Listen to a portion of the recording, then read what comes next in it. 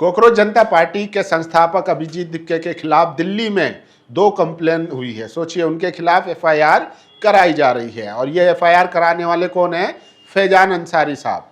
सोचिए, इनके बारे में बताऊंगा कि ये कैसे हर जगह एफआईआर कराने पहुंच जाते हैं और किस तरीके से हर सिचुएशन में ये आगे आ जाते हैं और इनके जो सेंटिमेंट है वो कितनी जल्दी हर्ट हो जाते हैं। सिर्फ अभिजीत दिप्के ही नहीं, इनके अलावा और ऐसे कई मामले हैं जहां पर ये फैजान साहब मौजूद रहे हैं। तो आखिर इनके पीछे कौन है, कौन सी ताकत है जो इनको आगे लाकर इस तरीके से एफआईआर या मुकदमे कराने पर काम करती है। और सोचिए, इनका बागेश्वर धाम से क्या रिश्ता है वो भी इस वीडियो में आगे बताऊंगा। सोचिए, अभिजीत दिप्के ने इस देश में शिक्षा को लेकर एक बड़ा आंदोलन किया। जब से ही बीजेपी आरएसएस उनके पीछे पड़ी हुई है, कोशिश है कि किसी भी तरीके से एक बहुजन नेता को डिमोरलाइज किया जा सके, उनको बदनाम किया जा सके और जो बहुजनों का एक नया चेहरा, राजनीतिक चेहरा बनते जा रहा है अभिजीत दिप्के को, किसी भी तरीके से शांत कराया जा सके। क्योंकि सरकार को अभी भी खतरा है, डर है कि कहीं ना कहीं अभिजीत दिप्के और उनकी पार्टी फिर से एक बड़ा आंदोलन कर सकती है, जैसा कि वो चेतावनी दे भी चुके हैं कि अगर सरकार ने हमारी बातें नहीं मानी है, जो उनकी डील हुई थी सरकार से जब जंतर मंतर पर धरना चल रहा था, तो हम एक बड़ा आंदोलन करेंगे। इसी के साथ जब आंदोलन खत्म हुआ था तब उन्होंने कहा था ये तो अभी शुरुआत है,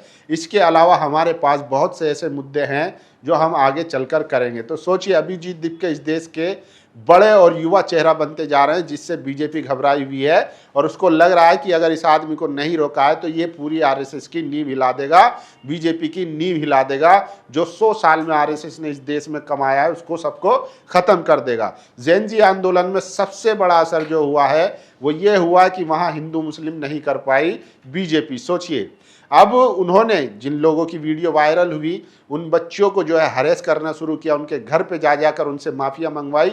इस पर भी अभिजीत दिप्के और कॉकरोचों ने कहा है कि ये बहुत गलत है और इस तरीके से बच्चों को डराना धमकाना ये हम बर्दाश्त नहीं करेंगे और ज़रूरत पड़ी तो आगे भी आंदोलन करेंगे। तो सोचिए, अभिजीत दिप्के के पीछे पूरी आरएसएस और बीजेपी पड़ी हुई है कि किसी भी तरीके से इनको रोका जाए, क्योंकि अभिजीत दिप्के इस देश का एक चेहरा, बड़ा पॉलिटिकल चेहरा बन चुके हैं और बहुजन उनके साथ आना शुरू हो चुके हैं। तो सोचिए क्या है पूरा मामला, मैं वो आपको बता देता हूं। दरअसल इनका नाम फैजान अंसारी है। इन्होंने दिल्ली डीसीपी को एक कंप्लेन दी है जिसमें अभिजीत दिप्के पर मारपीट का आरोप लगाया। ये कह रहे हैं कि इन्होंने मुझे पुणे में और औरंगाबाद में इनके आदमियों ने मुझे मारा था। सोचिए, पुणे और औरंगाबाद में इनके आदमियों ने मारा था। अभिजीत दिप्के बोस्टन से जब से आए हैं वो सीधा जंतर मंतर आए, जंतर मंतर से फिर वो कुछ दिन के लिए घर गए, उसके बाद 20 तारीख से फिर वो धरने पर बैठ गए। तो वो सारा दिन याद थे, तो औरंगाबाद और पुणे, वो एक पुणे गए थे जिस दिन प्रोटेस्ट था, वहां पर उन पर हमला हुआ था उल्टा। तो सोचिए किस तरीके से झूठ फैलाने का ये व्यक्ति काम करता है। लेकिन इसकी हकीकत क्या है वो देखिए। मोहम्मद जुबैर ने एक और वीडियो इनकी ट्वीट की है। इनकी ये कहते हैं उस वीडियो में कि कुछ लोग मुझ पर दबाव बना रहे हैं। सोचिए, और इसको देखिए, सबसे पहले इसको समझने की जरूरत है कि मीडिया कैसे काम करता है। इस फैजान अंसारी को अब से पहले कोई नहीं जानता होगा, लेकिन इस व्यक्ति को किस तरीके से प्लेटफॉर्म दिया गया एएनआई द्वारा। इस सिंगल व्यक्ति की बाइट लेकर उसको ट्वीट किया जाता है, मीडिया में स्पेस दिया जाता है। ये वही एएनआई है जो जंतर मंतर पर जाकर वहां पर छात्रों की बात को कभी स्पेस नहीं देता अपने प्लेटफॉर्म पर। तो सोचिए किस तरीके से एएनआई और ये जो एजेंसियां हैं वो किस तरीके से काम करती हैं। लेकिन मोहम्मद जुबैर हैं जो पुरानी खुदाई कर इनको सबक सिखाने का काम करते हैं। उन्होंने इनका पुराना वीडियो वायरल किया है, ट्वीट किया है, जिसमें यह व्यक्ति कह रहा है कि लोग मेरे ऊपर दबाव बना रहे हैं। एक पोस्ट में दावा किया गया है कि बागेश्वर धाम जो है उनकी बहन का इनसे शादी हुई है, तो लोग इन पर दबाव बना रहे हैं कि आप जो है आप भी कन्वर्ट होइए। जब आपने बागेश्वर धाम की बहन से शादी कर ली तब आप भी जो है हिंदू बनिए, यानी घर वापसी करिए। उसी को लेकर इन्होंने एक वीडियो बनाया है जिसमें ये कह रहे हैं कि मुझे डराने धमकाने से कुछ नहीं होने वाला है, मैं कन्वर्ट नहीं होऊंगा, मैं घर वापसी नहीं करूंगा, जिसमें ये बागेश्वर धाम से भी अपील करते हुए सुनाई दे रहे हैं। तो ये देखिए कनेक्शन, देखिए इनका ये बागेश्वर धाम के, अगर ये खबर सच मानी जाए तो ये बागेश्वर धाम के जीजा जी हैं। तो ये सोशल मीडिया पर वायरल है और इनको आगे कर और देखिए ये व्यक्ति हर जगह चला जाता है। राखी सावंत याद है आपको, जब राखी सावंत ने एक मुस्लिम लड़के से शादी की थी, तब वहाँ जाकर भी इन्होंने किस तरीके से ऑस्कर लेवल की एक्टिंग की थी और प्रेस कॉन्फ्रेंस में रोने लगे थे राखी सावंत के समर्थन में।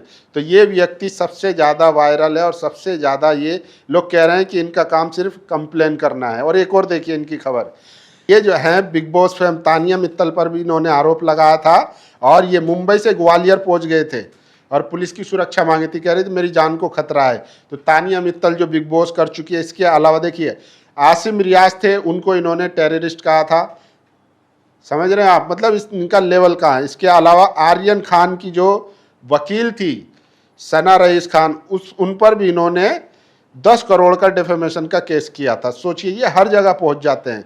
इसके अलावा देखिए तनुश्री दत्ता को लेकर भी इन्होंने एक कंप्लेन की थी। इसके अलावा कुणाल कामरा के खिलाफ भी इन्होंने कंप्लेन की थी।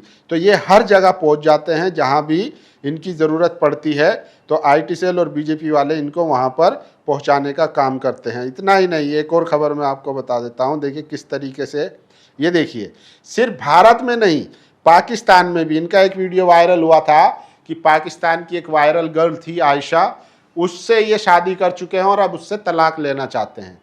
तो ऐसे लोगों के जरिए अभिजीत दीपके पर एफआईआर दर्ज करवाई जा रही है ताकि उन पर एक्शन लिया जा सके और उनको जेल में डाला जा सके। सोचिए अभिजीत दीपके जब आए थे तो उन्होंने कहा था कि जब मैं बोस्टन गया था पढ़ने के लिए तब मेरी माँ उतना नहीं रोई थी जितना अब रो रही है, क्योंकि मैं वापस आ रहा हूँ और उनको डर है कि ये सरकार मुझे कभी भी जेल में डाल सकती है। लेकिन अभिजीत दीपके ने साथ ये भी कहा था कि अब मुझे डर नहीं लगता, ज़्यादा से ज़्यादा क्या करेंगे, जेल में डाल देंगे, लेकिन डर से कब तक हम जिएंगे, कब तक अपने देश को बर्बाद होते हुए देखते रहेंगे, कब तक अपने युवा छात्रों का भविष्य जो है बर्बाद होते हुए देखते रहेंगे। इसीलिए किसी को तो हिम्मत करनी होगी, किसी को तो कदम उठाना होगा और वो फैसला आज मैंने उठाया है। अब मुझे डर नहीं लगता है, बीजेपी जो चाहे कर ले। सोचिए अभिजीत दीपके की फेलोशिप को लेकर आरटीआई डाली गई कि ये जब इतना गरीब है, पिछड़े दलित समाज से है, तो ये बोस्टन पढ़ने कैसे चला गया। बीबीसी के इंटरव्यू में दीपके कहते हैं कि भाई मैं तो अपना पूरा स्कॉलरशिप का सारा दिखाने के लिए तैयार हूं, क्या इनके नेता प्रधानमंत्री अपनी डिग्री दिखाएंगे। तो दीपके के इस सवाल का जवाब भी किसी के पास नहीं है। इसीलिए सरकार और आरएसएस डरी हुई है कि किसी भी तरीके से अभिजीत दीपके को रोका जाए, वरना ये इस देश में क्रांति लाकर ही रहेगा और आरएसएस का जो 100 साल का बनाया हुआ एम्पायर है वो पूरी तरीके से ख़त्म कर देगा और उसका हिंदू मुस्लिम की जो राजनीति है वो भी पूरी तरीके से ख़त्म कर देगी। तो फैज़ान जैसे लोगों को इस्तेमाल कर कर अभिजीत दीपके को टारगेट किया जा रहा है, निशाना बनाया जा रहा है, लेकिन ये इतना आसान है नहीं। अभिजीत दीपके भी बहुत सुलझे हुए राजनीतिज्ञ बनते जा रहे हैं और उनके पास भी इतनी समझ है और इन चीज़ों से निकलने के लिए उनके पास भी इतनी क्षमता है कि वो इन चीज़ों को हैंडल कर सकते हैं। बाकी आप लोगों की क्या राय है, आप लोग अपनी राय जरूर दीजिए। शुक्रिया। नेशनल दस्तक की आपसे गुजारिश है कि अगर इसको बचाना चाहते हैं तो नेशनल दस्तक को सब्सक्राइब करने के लिए रेड कलर के सब्सक्राइब बटन को दबाएं, फिर बेल आइकन की घंटी दबाएं। नेशनल दस्तक को बचाने के लिए बहुत जरूरी है कि हर खबर को शेयर करें, लाइक करें, कमेंट जरूर करें।